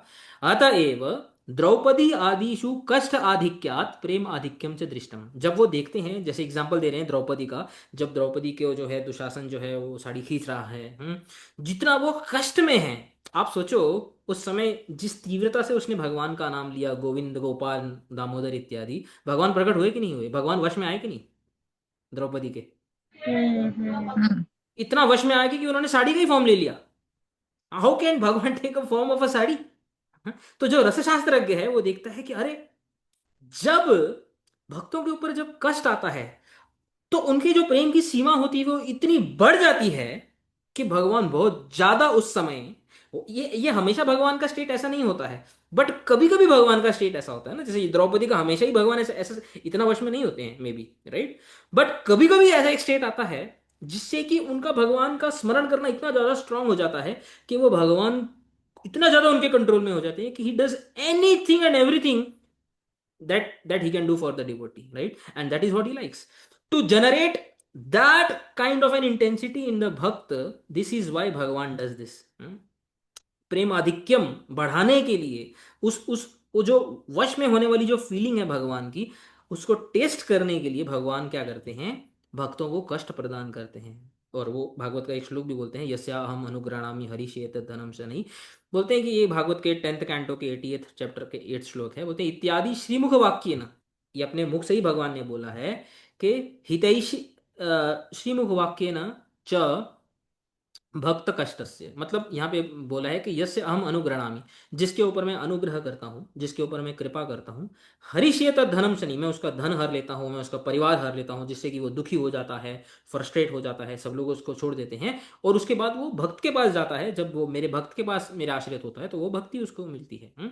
तो भगवान के वाक्य से ही यहाँ पे और भी प्रमाण दे रहे हैं कि मैं किसको कष्ट क्यों देता हूँ, ताकि उसकी भक्ति मेरे प्रति बढ़ जाए। ये और भी एक प्रमाण है। समझ में आया कि नहीं समझ में आया? समझा। समझा। इसलिए आगे बोलते हैं हितैषिना भगवता एव दीयमाना मानत्वात् न कर्म आरब्धत्वम। तो बोलते हैं ये जो भक्तों के जीवन में जो कष्ट आते हैं, साधक और सिद्ध दोनों भक्तों के लिए, ये जो भगवान जो उनके हितैषी हैं, जो उनके वेल विशर हैं, ये उनके द्वारा दीयमान होते हैं, उनके द्वारा प्रदान किए होते हैं। ये कर्म से आरब्ध होने वाले कष्ट नहीं होते हैं। पूरे के पूरे सिद्धांत को उन्होंने फिर से एक बार जो है खंडित किया है कि युधिष्ठिर आदि जैसे भक्तों के जीवन में जो कष्ट आ रहा है ये उनके प्रारब्ध की वजह से या कर्म की वजह से आ रहा है, ऐसा नहीं सोचना चाहिए। ये केवल भगवान ही उनको देते हैं, और उनका उनका मेन कारण ये होता है कि उनका जो मेरे प्रति जो आवेश है, जो लास्ट टाइम भी हमने डिस्कस किया था, वो जो मेरे प्रति जो आवेश है वो बढ़ जाए। और ये जो रसशास्त्रज्ञ है ये इससे डिराइव करता है कि जब भी उनकी स्टेट आती है ना, तो भगवान का उनके प्रति सरेंडर यानी उनके प्रति वश में होना ये कुछ ज्यादा ही बढ़ जाता है। तो इस इमोशन को टेस्ट करने के लिए, ऐसे अनुभव को प्रदर्शित करने के लिए भगवान जानबूझ के अपने भक्तों के जीवन में जो है इस इंसिडेंट को जो है वो ये करते हैं। तो ये जो रसशास्त्रज्ञ हैं ऐसा जान जाता है, ये अनुभवों को जान जाता है, और अनुभव से भाव को भी वो अनुमान लगा देता है भाव का। तो बोलते हैं किंच एतद, वो बोलते हैं ये जो है ना, ये जो अभी मैंने बताया कि भगवान के प्रति जो आवेश बढ़ाना न सार्वत्रिकम, ये सार्वत्रिक नहीं है। सार्वत्रिक मतलब यूनिवर्सल रूल नहीं है। मतलब ऐसा नहीं है कि भगवान को किसी किसी भक्त के हृदय में अपने प्रति आवेश को बढ़ाना है, अपने प्रति जो है भाव को बढ़ाना है तो खाली कष्ट देकर ही होगा, ऐसा जरूरी नहीं है। It is not true. वो बोलते हैं सर्वत्र भाव, हमेशा ही ऐसा होगा ऐसा नहीं है, क्वचित क्वचित मतलब कभी कभी अकष्टेन अपि स्वभक्त भक्तिम वर्धयति इति विधित्सितुम तु न कोऽपि वेद इति उक्तम। आप देखो मेन पॉइंट पे आ रहे हैं।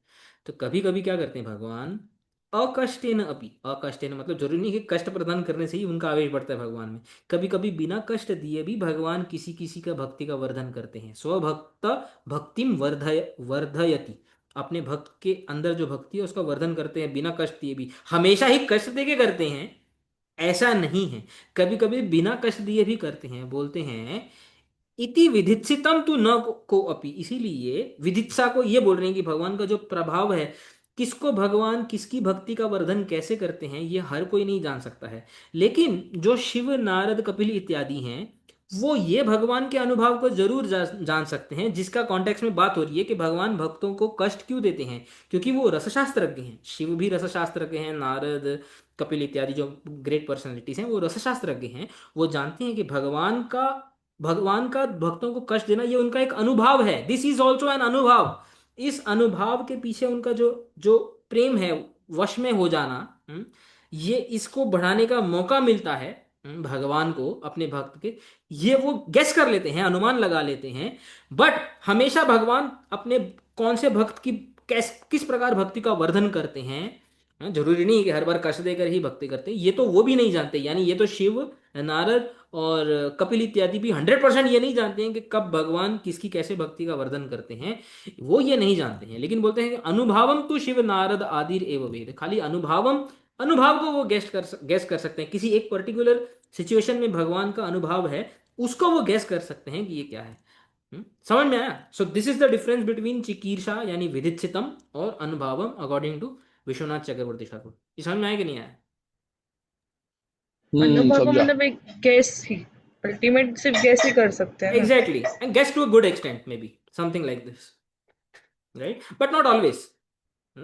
अगर किसी को भगवान ने बिना कष्ट दिए ही, किसी का अगर भगवान के प्रति जो है सरेंडर बहुत बढ़ गया, भाव बहुत बढ़ गया, ऐसे भी पॉसिबल है, तो वो बोल रहे हैं ना कि अकष्ट है ना, अभी बिना कष्ट दिए भी ऐसे पॉसिबल है, तो वो कोई भी नहीं समझ सकता है कि भगवान क्यों कर रहे हैं, क्या कर रहे हैं, कैसे कर रहे हैं। अगर अगर इसको रूल नहीं बना सकते, see we can not make this a rule, क्योंकि अगर ये रूल होता तो हर बार ऐसे ही होता था ना, हर बार कष्ट देकर ही भगवान अपने भक्तों के अंदर जो भक्ति है उसको वर्धित करते थे, बट हर बार ऐसा नहीं होता है। There are examples. Amrish Maharaj हैं, ऐसे बहुत हैं जो बहुत पहले से ही जो हैं बड़े बड़े भक्त हैं भगवान के, उनको ऐसे कोई तो राजा थे वगैरह। अम्बरीशो महाभाग सप्तद्वीपवती महिम, तो सातों द्वीपों के एकमात्र सम्राट थे। तो कष्ट देकर ही होता है, ऐसा जरूरी नहीं। तो इसलिए भगवान के पूरे प्रभाव को, स्वभाव को, स्वरूप को कोई नहीं जान सकता है। वो जो उनके अनुभव होते हैं कि ये भगवान क्यों कर रहे हैं, ये भगवान क्यों कर रहे हैं, एग्जाम्पल दिया है इस श्लोक में, उससे जो है वो जो रसशास्त्रज्ञ हैं वे जान सकते हैं। समझ में आया? तो इससे ये भी क्लियर होता है ना हमारे, मतलब जो षड गोस्वामी वो भी जान ही गए, वो भी इनमें ही आते हैं ना अनुभव को। वो भी मतलब वो भी अनुभव, जैसे अभी बोला कि शिव वो सब जान सकते हैं, उन्होंने अगर इतना एलैबोरेट किया तो उनको भी पता ही है, मतलब वो भी जानते ही है ना, जैसे सॉरी षड गोस्वामी बोले विश्वनाथ। तो जो हमारे जो षड गोस्वामी वो कौन है, उनका जो स्वरूप क्या है, ये तो साक्षात भगवान की मंजरी हैं। तो प्रेम के एंगल से तो वे उनसे भी ऊपर है हमारे लिए। तो वो ही बता रहे हैं, वो नहीं बताएंगे तो वो हमको कैसे पता चलेगा ये सब। तो उनका जो स्तर है वो ज़्यादा बड़ा है हमारे लिए। समझ में? और लास्ट में एक बहुत अच्छी लाइन बोलते हैं जो कुंती महारानी के केस में, जब भी उनकी प्रेयर्स में हमने एक एक शब्द के ऊपर कॉन्ट्रडिक्शन जब डिस्कस किया था, वो शब्द याद है क्या था? विडम, नहीं हाँ, स्वीय। विडम्बनम, विडम्बनम। हाँ विडम्बनम का हाँ। क्या अर्थ श्रीधर स्वामी ने दिया था? अनुकरणम। याद है? हम्म। उसको फिर से यहाँ पे हाईलाइट कर रहे हैं, बोलते हैं अन्य। अन्य मतलब जो रसशास्त्रज्ञ नहीं है, जिनको रसशास्त्र का नॉलेज नहीं है, पुनर्मंदा दाम बंधन आदिकम अपि अनुकरणत्वेन व्याचक्षाणा अनुभव अपि न विदुरिति। बोलते हैं जो रसशास्त्रज्ञ नहीं है, जो मंद हैं, मंद मतलब जिनको नॉलेज नहीं है रस इत्यादि का, वो भगवान की दाम बंधन आदि लीला और अर्जुन के प्रति जो उनका जो सारथी बनना इत्यादि जो है, इसको वो भगवान का अनुकरण बोलते हैं। जो मंद होते हैं, जो रसशास्त्रज्ञ नहीं होते हैं, वे ही भगवान की ऐसी लीला को अनुकरण कर रहे हैं, भगवान एक्टिंग कर रहे हैं, ऐसा बोलते हैं। क्योंकि वो रस को नहीं जानते हैं, व्याचक्षाणा यानी ऐसा बोलते हैं वे लोग। वे अनुभवम अपि न विदु, वे अनुभवों को भी नहीं जानते हैं। इसका इनके बोलने का मतलब ये है कि शिव नारद कपिल इत्यादि वे अनुभवम जानते हैं, बाकी तो अनुभवों को भी नहीं जानते हैं। That is how he takes the meaning of the words. समझ में आया? हम्म। वो पहले वाले श्लोक में क्या था कि शिव और ब्रह्मा क्या नहीं जानते हैं, उसमें क्या कंट्रोवर्सी, एक हम लोग कॉन्ट्रडिक्ट कर रहे थे ना जो चीज, इच्छा। इच्छा को। विदित्सा चिकीर्षिता, जो ऊपर के जो 16वें श्लोक में जो शब्द आया था ना, हम्म। विदित्सितम, ये यही वर्ड आया था, विदित्सितम। यानी भगवान के सारे इंटेंशंस बेसिकली वो ये कोई भी नहीं जानता है। तो यहाँ पे शिव नारद इत्यादि का नाम आने से भी विश्वनाथ चक्रवर्ती ठाकुर अपने पॉइंट पे फिक्स हैं कि ये लोग भी खाली अनुभवों को जानते हैं, एंड ही टेक्स अनुभव इन ए कम्प्लीटली डिफरेंट वे। अनुभव यानी वो रसशास्त्र का ही एग्जाम्पल दे देते हैं। रसशास्त्र में जो अनुभव का डेफिनेशन है, ये उससे इस श्लोक को एक्सप्लेन करते हैं। समझ में आया आपको? हम्म। तो अभी कोई बोल सकता है कि भाई इतना खतरनाक यूनिक इंटरप्रिटेशन थोड़ा ज़्यादा नहीं हो गया, थोड़ा ज़्यादा मतलब इसको एक थोड़ा बोलते हैं ना एक्सट्रीम कुछ हो नहीं गया यहाँ पे? नहीं, बताऊँ तो क्यों। भगवान के तीसरे भागवतम के तीसरे ही श्लोक में वेदव्यास, जो वेदव्यास मुनि हैं, बहुत इंपॉर्टेंट एक बात लिखते हैं। निगम कल्पतरोर गलितम फलम शुकमुखात अमृत द्रव संयुतम पिबत भागवतम रसमालयम मुहुरहो रसिका भुवि भावुका। देखो कितने सारे वर्ड्स अभी आपको दिखाई दे रहे हैं जो अभी अभी हमने डिस्कस किए। ये जो निगम कल्पतरु और गलितम फलम, ये जो भागवत है, निगम यानी वेद रूपी जो कल्पतरु है, वेद रूपी जो कल्प वृक्ष है, ये उसका पका हुआ, गलितम फलम यानी पका हुआ फल है। शुक मुकाद, ऐसा बोला जाता है ना कि पैरेट यदि किसी फ्रूट को टेस्ट कर लेना तो वो टेस्ट और ज़्यादा, उसका जो फ्रूट का टेस्ट और ज़्यादा मीठा हो जाता है। तो शुक पैरेट और शुक यानी शुकदेव। तो ये जो भागवत है, ये शुकदेव रूपी शुक के द्वारा उनके मुख से जो निकली हुई भागवत है, ये अमृत द्रव्य संयुतम, ये अमृत से भर गई है, क्योंकि सुखदेव गोस्वामी ने इस भागवत को बोला है, इसमें अमृत और भी ज्यादा जो है भर गया है। और द्रवीभूत हो गई है ये। जैसे आम होता है ना, एकदम जैसे एकदम पका हुआ स्टेज मेल्ट, मतलब मुख में डाला और पिघल गया, समथिंग लाइक दैट। तो ऐसी भागवतम ऐसी है। और इस भागवतम को टेस्ट कौन कर सकता है? जैसे आम रस जैसा होता है ना, कौन पी सकता है? भागवतम इज फॉर ड्रिंकिंग, तो हु कैन ड्रिंक दैट? पीबत भागवतम। ये जो द्रव रूपी यानी कि जो लिक्विफाइड रूप में जो भागवत हम, इसको कौन पी सकता है? रसम आलयम। रसम आलयम यानी जो रस से भरी हुई है, भागवतम रस से भरी हुई है। तो रस से भरी हुई भागवतम को कौन पी सकेगा? जो रस शास्त्रज्ञ होगा वही तो पी सकेगा ना। समझे कि नहीं? हम्म। जो रस शास्त्रज्ञ नहीं है वो इस रस को कैसे पिएगा? रस को वो जानता ही नहीं है कि क्या रस होते हैं, वो भागवतम को कैसे समझेगा? इसीलिए लास्ट लाइन में बोलते हैं, मुहुरहो रसिका भुवि भावुआ। हे रसिक, रसिक मैं बताया था, रसिक मतलब क्या? जो रस शास्त्रज्ञ है। हे रस शास्त्रज्ञ, आप जल्दी आओ। हे भावुक, यहाँ पे भावुक भी वो आया है, जिनके अंदर भाव है भगवान के प्रति। इस पृथ्वी में जितने भी भावुक लोग हैं, भुवि यानी पृथ्वी में जितने भी भावुक लोग हैं जो भगवान के प्रति स्थायी भाव रखते हैं, वो जल्दी आ जाओ। और आप क्या करो? भागवत रूपी जो रसम आलयम, भागवत रूपी जो रस का जो आलय है, कंटेनर ऑफ रस, इसको आके आप पान करो। क्योंकि रसिक ही इसका पान कर सकते हैं। इसलिए जो हमारे आचार्य हैं, ये रसिक आचार्य द्वारा जो की गई कमेंट्री है, ये बिल्कुल भी भागवत की कमेंट्री के आप ये नहीं बोल सकते कि कुछ तो अलग डायरेक्शन में जा रहे हैं, क्योंकि इसी डायरेक्शन में शुरुआत में ही वेद व्यास ने बोल दिया है कि आप इस डायरेक्शन में यदि जाओगे तो ही भागवत को अच्छे से पान कर पाओगे। इसे यहाँ पे विश्वनाथ चक्रवर्ती ठाकुर की ये जो एक्सप्लेनेशन है, it is completely in sync with what Shri Ved Vyas Muni wants और रसिका, in the way he wants the Rasika to understand the Bhagavatam.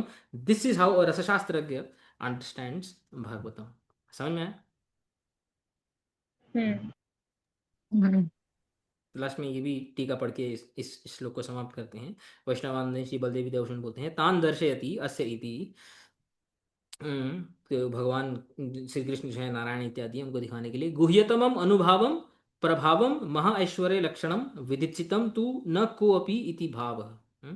क्वचित भक्तस्य सर्वस्वम अपहृत्य स्वस्मिन् तत् प्रेमाणम क्वचित अकष्टेन भक्तम तत् प्रेमाणम च वर्धयत तस्य प्रसिद्ध। सेम बात बोल रहे हैं कि कभी कभी भगवान कष्ट देके भक्तों के प्रेम को वर्धित करते हैं, और कभी कभी भगवान कष्ट दिए बिना भी भक्तों के प्रेम को वर्धित करते हैं। ये प्रसिद्ध है, इट इज फेमस, बहुत सारे एग्जांपल्स है। साक्षात वेद इति संबंध कपिल भगवान कार्दमी, कार्दमी यानी जो कर्दम के पुत्र हैं। तो ये वो जानते हैं इस बात को, अनुभवों को वो जानते हैं, लेकिन भगवान के हर एक सिचुएशन में भगवान वो श्री कृष्ण क्या करते हैं क्या नहीं करते हैं, ये तो शिव कपिल इत्यादि या नारद इत्यादि भी नहीं जानते हैं। जो विश्वनाथ चक्रवर्ती ठाकुर ने बोला, उन्हीं की लाइन में उन्होंने भी जो है इसको सेकंड किया है, उनको कंक्लूड किया है।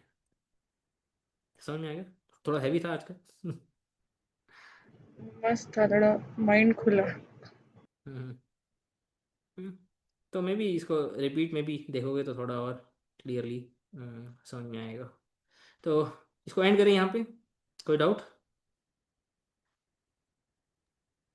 नहीं। ठीक है। वांछा कल्पतरुभ्यश्च कृपा सिंधुभ्यैव च पतितानां पावनेभ्यो वैष्णवेभ्यो नमो नमः।